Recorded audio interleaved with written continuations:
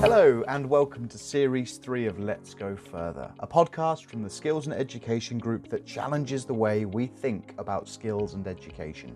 I'm your host, Joe McLaughlin, and in this series we're discussing adult education and asking, is it as relevant today as it was more than 100 years ago when it was first established? In this episode, we're reflecting on how adult education is funded, and joining me are Shane Chowen and Janet Smith. Shane is the editor of FE Week and has extensive experience in strategic and governing roles in the sector, whilst Janet is the CEO and principal of one of the largest colleges in the country, Nottingham College. She has over 35 years of experience working and leading in the sector across 7 different colleges, providing both FE and adult education courses.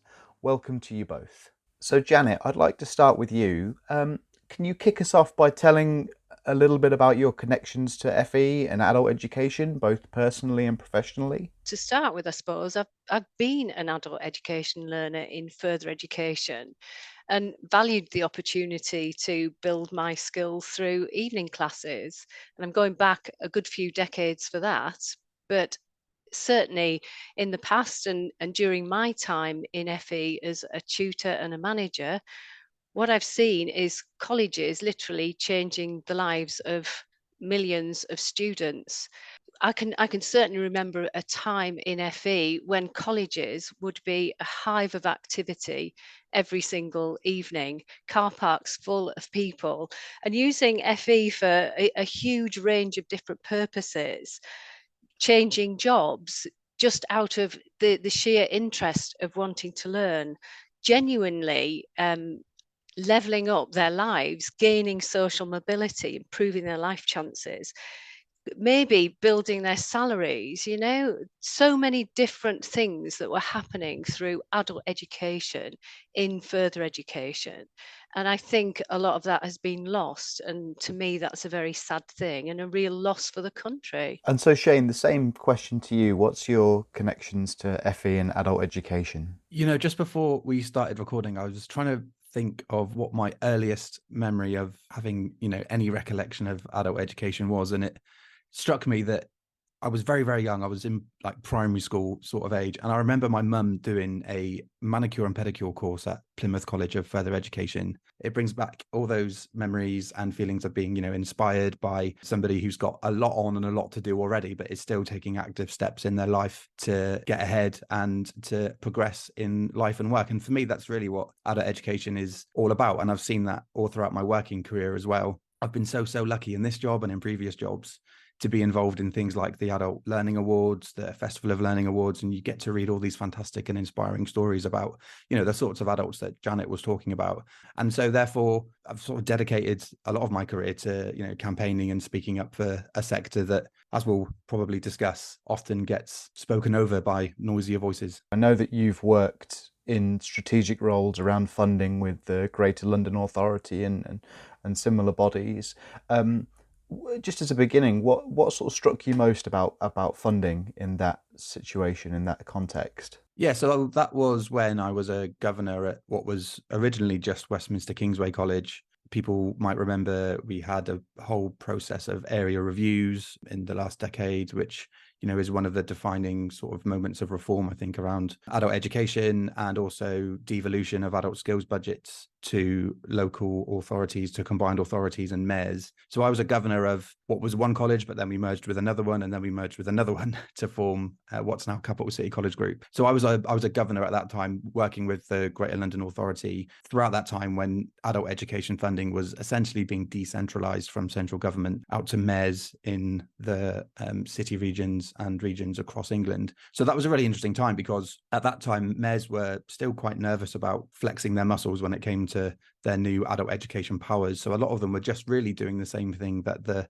National Education and Skills Funding Agency were doing. But what we've seen over the last few years in particular, as devolution has become more established, is people like Fiona in the West Midlands, who you've spoken to before on this podcast, and all of the other mayors and combined authorities really starting to do things differently, really starting to move away from the national model and trying out new things, taking more risks with their funding approach, with their accountability approach. And that's been, I think, really, really fascinating. And I think has had a massive difference in terms of accessing adult education, But it's also highlighted the fact that the national system is really now, I think, starting to struggle to keep up. I've also been part of a college that sat within a mayoral combined authority, and it took 2 or 3 years, and then the authority started to really think differently, and it was definitely a much more fleet of foot response to emerging needs. So, for example, when we had a shortage of qualified lorry drivers, we were able to move very quickly as a college because we were working with the combined authority that shrugged off some of the national rules around it. But what I do think is interesting is the government is clearly working to clip the wings of MCAs a little bit now. They've just about to publish a new accountability dashboard for MCAs. And I think there will be flexibility for combined authorities, but not too much. Is that flexibility that you have and that kind of devolved local power helpful to you when it comes to balancing budgets and responding to crises or responding to local challenges? It is to a point, and the example I've just given you is a perfect one in terms of being able to respond very quickly to an urgent skills need. But what combined authorities still have to do with their adult education budget is meet the national entitlements, all of the funding rules and framework around it, where they're enshrined in law, still passed down to the combined authority. So they have freedom and flexibility, yes, but only to a certain extent. Funding generally from the state and levels of support from the public purse is an issue across the whole public sector at the moment. So, over the last year, 18 months, we've seen strikes in health services, transport services, legal services, amongst others. And that's always kept the issue of funding in the public eye. At the moment, what's the state of things in further education generally? We are at a bit of a pivot point, I think. We've had, in my experience, 14 years of austerity. Even though funding rates have gone up slightly over the last couple of years, it's been a relatively low increase relative to inflation. And we've had actual and real term cuts to deal with. And huge limitations, really. I think for adult education, I know different figures get bandied about. The Institute for Fiscal Studies have just confirmed that adult education funding's decreased by 27% since 2011. But in actual fact, the cuts go back further than that. They go back to the days of the Labour government, where we had some swinging cuts, and then further cuts when the coalition government came in. So actual cuts to funding coupled with static rates for more than a decade, and you get, I think, something closer to 50% of cuts when you look at the absolute value of the adult education funding budget. And it's just totally decimated what we're able to offer for students. And if we want to be quite emotive about it, it's taking life chances away from those people as well, which is not what adult education should be doing. I would just add to that, as well as the decline in funding, I think we've had a complete shift in narrative around adult education. And I think that's become much more acute in the last 3 to 5 years since we had the Skills for Jobs white paper. I've spent, quite a few weeks so just following the summer at all of the political party conferences, for example, and it was all about skills. Anything that was college related, that was training related, about adult education related, it was all about skills. You didn't hear the term further education. You didn't hear the term adult education in any speech made by a shadow education minister or an education minister. We've now got a system that's very utilitarian, that's very transactional, that's very, in return for this funding, college X, you will deliver all of these outcomes and we're going to measure you on them. And if you don't deliver them, the government are going to intervene and make you, essentially. So the system has become very prescriptive, I think, and we've lost a lot of the social mission behind adult education, which is a huge shame. And you'd expect to perhaps hear some of that coming from the Labour Party, but as Janet just mentioned, the Labour Party didn't leave adult education in a great state when they left office in 2010. We had remarks from education ministers like, they want to fund plumbing, not Pilates, which was a, direct attack on learning for leisure, on lifelong learning and on adult and community learning. And we've seen that, like I said, more acutely in the last 3 to 5 years. There was a huge row when the government responded to its recent funding and accountability consultation, where it wanted to essentially eliminate any of the good definitions of adult education that weren't to do with direct employment outcomes. So things like learning for good health, learning for good community outcomes, all of those things were going to be wiped out of the landscape. But there was a huge backlash from the adult education community, led by Sue Pember at HOLEX. And they were successful in getting those outcomes added back into the rule book. But that was a fight that I don't think we really should have had. So it feels like we've got a system now which is very transactional. And I think that comes with some real significant dangers.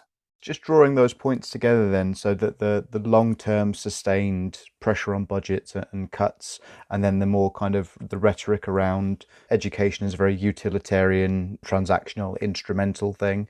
Do you think that all this language around skills will translate into improved funding or improved settlements, or do you get the sense that it's a doing more with less? So there's a lot of rhetoric, but it might not lead to a lot of practical change. There's absolutely a gulf between the rhetoric and the reality, right? We see that in all sorts of areas of the public sector. But I think in adult education in particular, we've got a system that's very keen to throw in a 12-month contract for X outcomes and a 12-month project for Y outcomes. We don't know the long-term future of things like local skills improvement plans.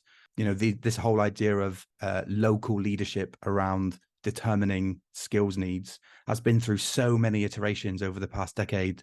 When we started with regional development agencies, they then became local enterprise partnerships. We had those LEPs for a while, and now we've got these employer representative bodies doing these local skills improvement plans. The Labour Party have said they want to fiddle around with them if they get in power after the next election. We've got things like Multiply, the adult maths scheme, which local authorities are massively underspending on. Those are short-term initiatives without a sense of longevity. So I was really interested to hear the Labour Party, for example, talk about a 10-year settlement for research and development. So universities, research bodies, research councils know where they're going over a 10-year period. They know what their strategy is over that long term.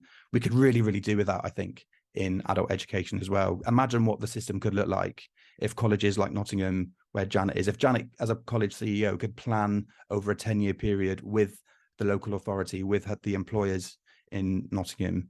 Imagine what the system could look like if we were able to do that. I think there's no focus on longitudinal outcomes from adult funding at all. I think of one person who came to my college who was a hairdresser, and she did a part-time business qualification, got herself really interested in studying, in education, realised that actually she had real potential, used that business qualification to go to a university, and she did a business degree. In her first year, she discovered she had an absolute aptitude for numbers, swapped to an accountancy qualification. And long story short, she's now a fully qualified accountant in the private sector, overseeing a budget of nearly £2 billion. Now, that's the power of FE, and that's the power of adult education, but it would never feature in any of the accountability measures that we're talking about, where everything that gets measured on adult education is short term. It's always, has the learner progressed to a good job within the 6 months of finishing the course?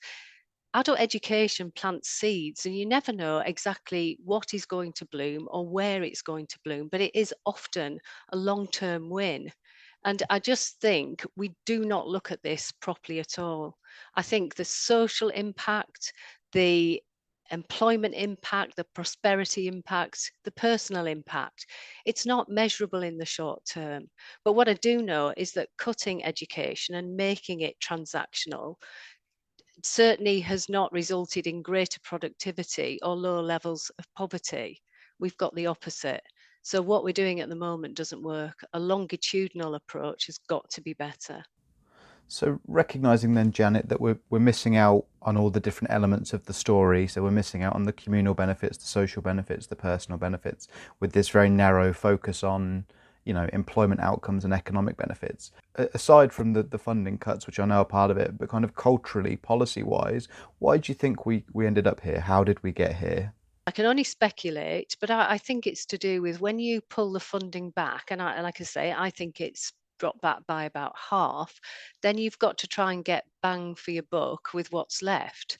And I think there's a recognition you've got to be able to sort out English and maths problems locally. So, in the case of Nottingham College, in the setting we're in, which is relatively deprived, we tend to use around 46% of our adult education budget just on English, maths, and English for speakers of other languages.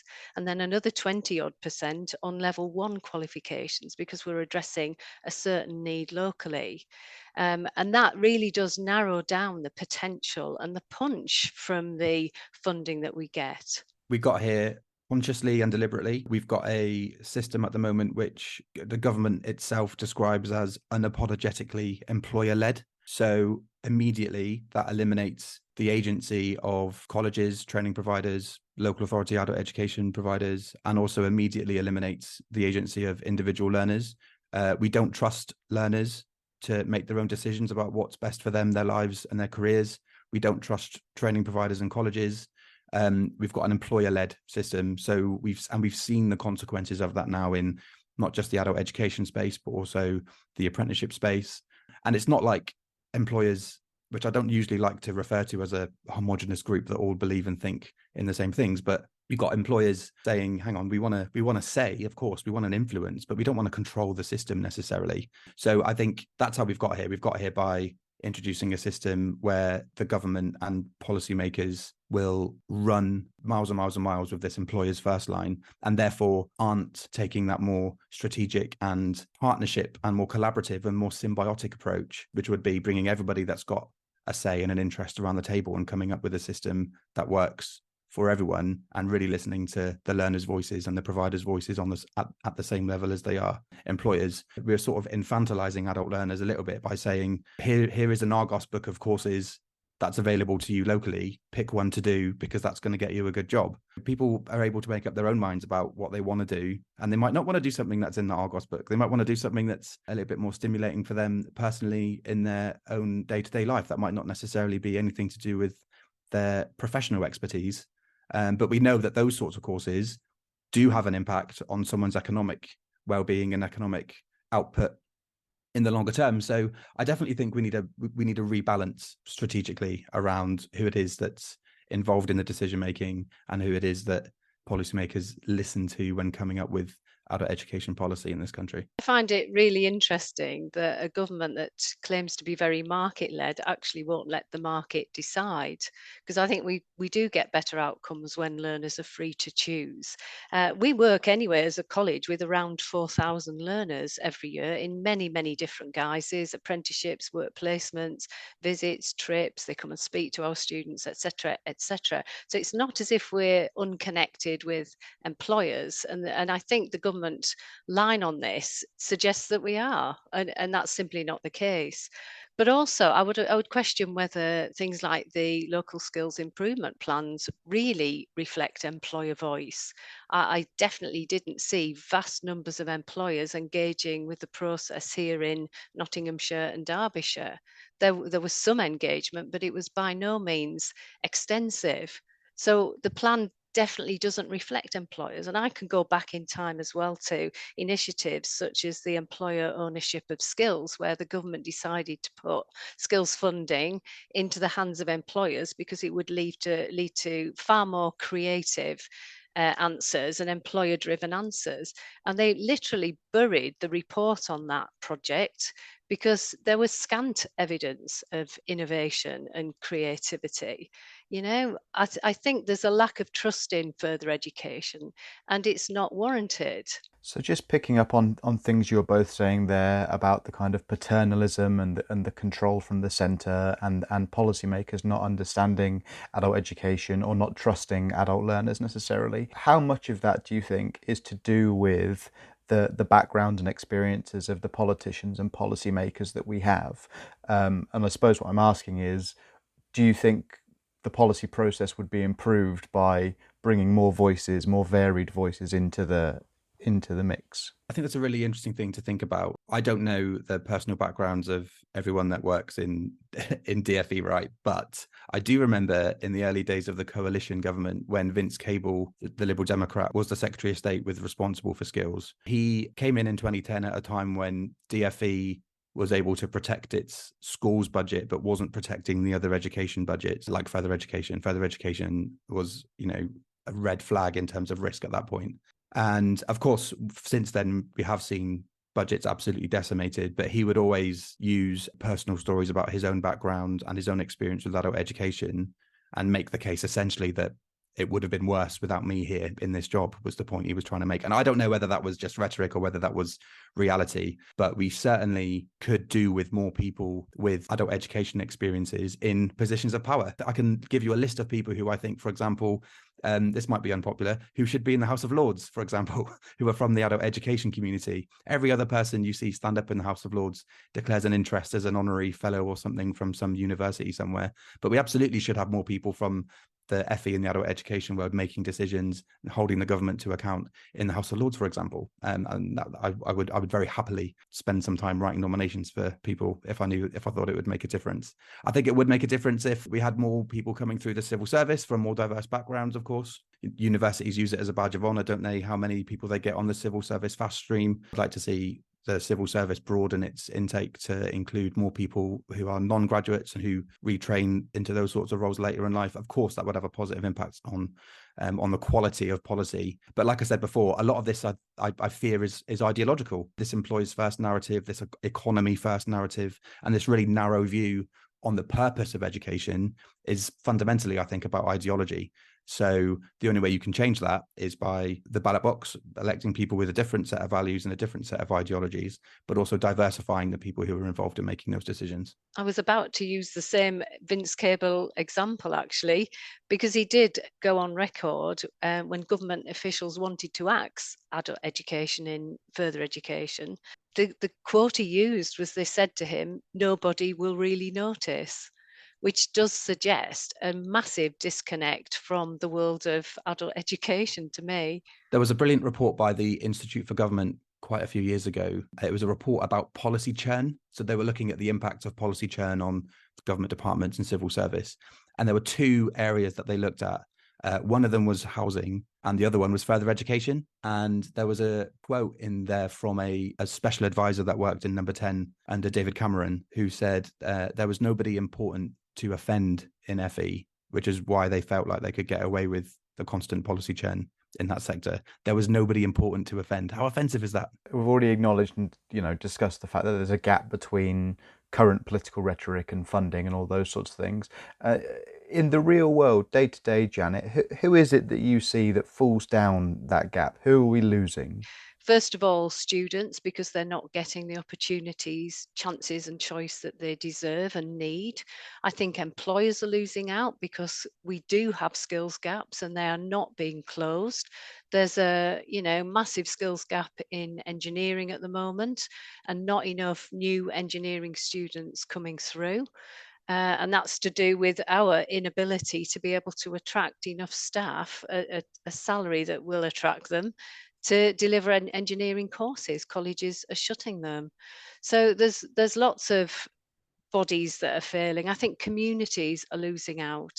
As soon as you start affecting communities and social mobility, then you're actually impacting more than one generation as well. So it's not something that is even just immediate. We have narrowed it down so much that we've taken away the real breadth of value that adult education can bring.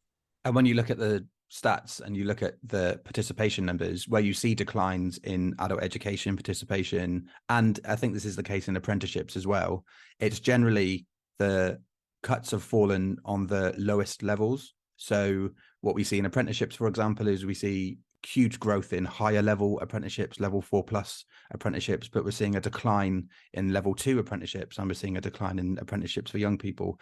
And it was the IFS report that Janet mentioned earlier also highlighted that much of the decline in adult education participation is at those lower levels as well. So, and people like Learning Work Institute have been talking about this for years through their research, that the generally well qualified, the generally well educated aren't feeling the brunt of the cuts to adult education. It's the people that arguably need it more and need it most that aren't getting access to those opportunities. So that again comes down to that need for a fundamental rethink and reshaping of the adult education system, which has a focus on those lower level courses. It's often there you also find the most life-changing, most inspirational stories. When you look at refugees trying to access ESOL courses right now, for example, it's really, really hard to get an ESOL course. To get if you're onto an ESOL course, if you're a refugee from Afghanistan or from Ukraine, it's too hard. So you can't contribute to your local economy until you've got access to that English for speakers of other languages provision. So why isn't that a priority? Why isn't that more of a focus? There's another angle to this as well, and it's around the government's focus on loans and people's willingness or ability to take a loan out to access further education. And I think that is ultimately restricting choice as well. And going back to an earlier question about whether officials and ministers with different backgrounds from your average FE learner are the right people to judge this or to shape policy, and should they listen more widely. I worked at Stamford College before coming over to Nottingham, and my local MP at the time was Nick Bowles, Minister for Skills. And he and I had many interesting debates about adult education and about politics more widely. But ultimately, we did get on very well, and we would have some quite interesting chats about all of this. And I remember him asking me one question about, why won't adult learners take up adult loans? Look what they can get out of it. And I quoted him the example of the hairdresser that I used earlier. I said, why would a hairdresser take out a loan for £5,000 to do a BTEC in business on the possibility that she might become a fully fledged accountant with a six-figure salary in 10 years' time? Why would she even envisage that would be possible? I said, it's all right for people who start with a lot of wealth and support from their families behind them. They're more likely to be aspirational, to already see where the path is through the educational landscape. But the further you are from that, the harder it is to get into it and to feel that you can succeed at it. And loans are just another barrier to people. Recognising that, then recognising funding levels to training providers and colleges directly have dropped and are challenging, recognising that support for students isn't necessarily as good or as kind of coherent or well thought out as it might be, recognising that policymakers and thinking in the sector isn't as coherent or as long term as it might be. And then finally, recognising that we're heading into an election next year. What bit of advice would you give, or what would you like to see policymakers or new ministers in the event of an election and a new government do to drive those figures up, or develop more sort of stable, coherent, long-term policies? I would like government to think about education in the way that we think about education here at Nottingham College. We think of ourselves as having three purposes. We have to have a broad general further education offer so we can reach out to as many parts of our communities in all its forms as possible, and that there's lots of access points and lots of different types of learning. I would like to think that policy also thought about social mobility as well as economic prosperity and the employment path. And if we think in the round like that, then adult education can be reshaped into something that's really genuinely life impacting and valuable for our country. Yeah, I would say, firstly, ditch this employers first narrative to begin with. I think the evidence is there now to prove that it's failed as a central, ideology behind adult education policy and FE more broadly.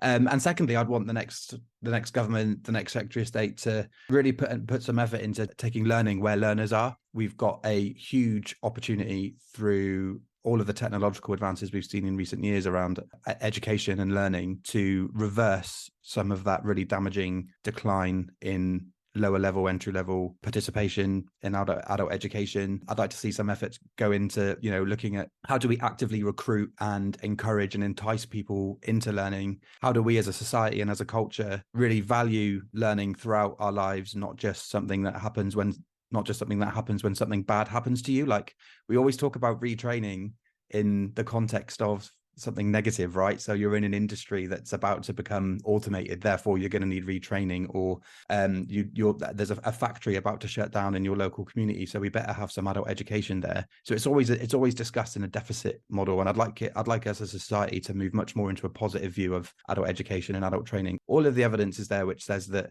if you participate in adult education, you'll live a longer, generally happier work life, and also there's health benefits in the long run. Also, it will help your children's attainment. If you're a parent and you do learning, your children's attainment at school benefits as well. There are intergenerational benefits to adult education. All of that's been lost through the employers first narrative. So if we bring that back, if we bring learning to where learners are, and if we change our culture so that learning is celebrated and encouraged at every stage, everyone could be on a course, all of the time. It doesn't have to be work related. It could be something that interests you. It would put colleges and training providers and all of the providers that deliver adult education in really, really powerful, influential communities and position in society. And I think that would be really exciting. And if we do that, we might actually see further education getting its proper time in the sun, because we have an invisibility issue next to other parts of the sector. If I think about schools or universities, they are lauded. There's lots of column inches about them in the local press and in national press. They appear on the news, and further education is almost buried. And I just think we should have our time in the sun. Thank you to my guests, Janet Smith and Shane Chowen, and to you for listening. We hope you enjoyed the conversation and that it's got you thinking about adult education, its potential to change lives, and in turn, the opportunities for us to make it work better for individuals and society.